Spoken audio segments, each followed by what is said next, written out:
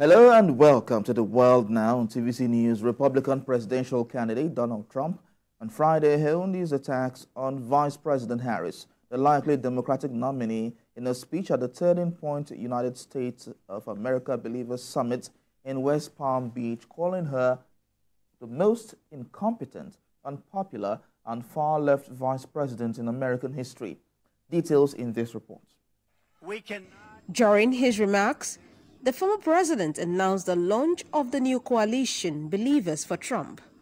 He also said that he officially defeated President Biden when he dropped out of the race 5 days ago, mentioning that putting Kamala Harris in his place is a coup by the Democrats. We want to put somebody else in. How about that? It's like a prize fighter. He's losing badly, ready to be knocked out. And they say, well, wait, let's stop the fight. Let's put somebody else in. It doesn't work that way, and it's not supposed to work that way. And this really was a coup by the Democrats. This was a coup, nothing else. He got 14 million votes. I hate to stick up for Biden, but, you know, he didn't want to do what he did. He said, I'll never go out. I'll never, ever go out. 2 days later, I'm proud to go out. Because the fascists went after him. They threatened him with the 25th Amendment. They said, we can do it the nice way or we can do it the hard way, Joe. That's what happened. I know as many people on that side as I know on our side, so to speak. But that's what happened. They said, we can do it the hard way. We can do it the easy way. 25th Amendment if you don't go. And he said, oh, I'll go. The former president urged attendees at the faith-themed event to vote early, vote absentee, and vote on election day. Mr. Trump and other Republicans have long sought to blame Kamala Harris for illegal immigration, characterizing her as President Biden's border czar. Strongly fought to defund the police and the radical left Democrat Party. We're going to take back that very beautiful White House and we're going to make America great again, guaranteed, and it's going to go fast.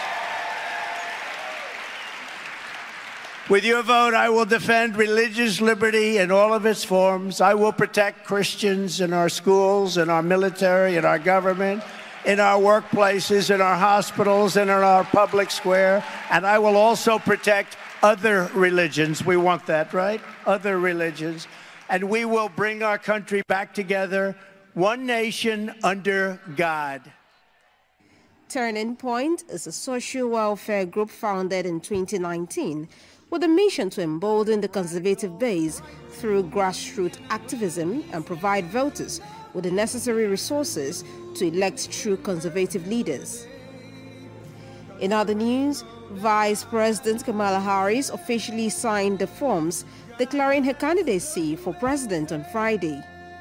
This comes after President Biden dropped from the race on Sunday, the 21st of July.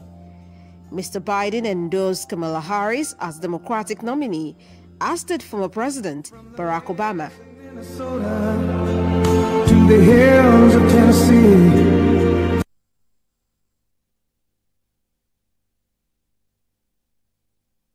And hours before the Believers Summit, former President Donald Trump met with Israeli Prime Minister Benjamin Netanyahu, the first such meeting between the two men since he left the White House more than 3 years ago.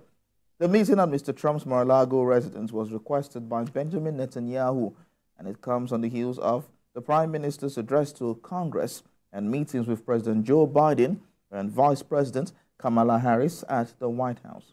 Friday marks an opportunity for Mr. Trump and Mr. Netanyahu to reset relations at a critical moment in both the war between Israel and Hamas and the 2024 election cycle.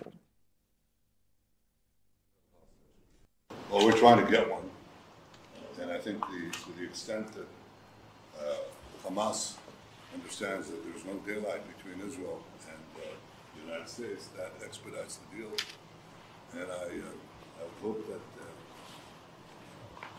those comments don't change that. We've had a good relationship. I was very good to Israel, better than any president's ever been. And we did so many Golan Heights. We did Jerusalem, the capital. We actually built the embassy. Jerusalem and the Iran nuclear deal. Unfortunately, the Biden administration didn't do anything. We terminated the Iran nuclear deal, which was a tremendous thing, maybe the best thing that I did for Israel, but unfortunately, the Biden administration didn't do anything about it.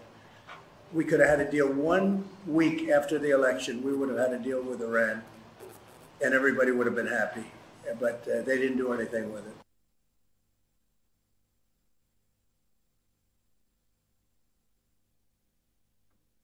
In the meantime, the FBI said Friday that Donald Trump was hit by a bullet or fragment from one fired by the would-be assassin at his Pennsylvania rally earlier this month. The department's confirmation that the former president was struck in the air by a bullet marks its latest attempt to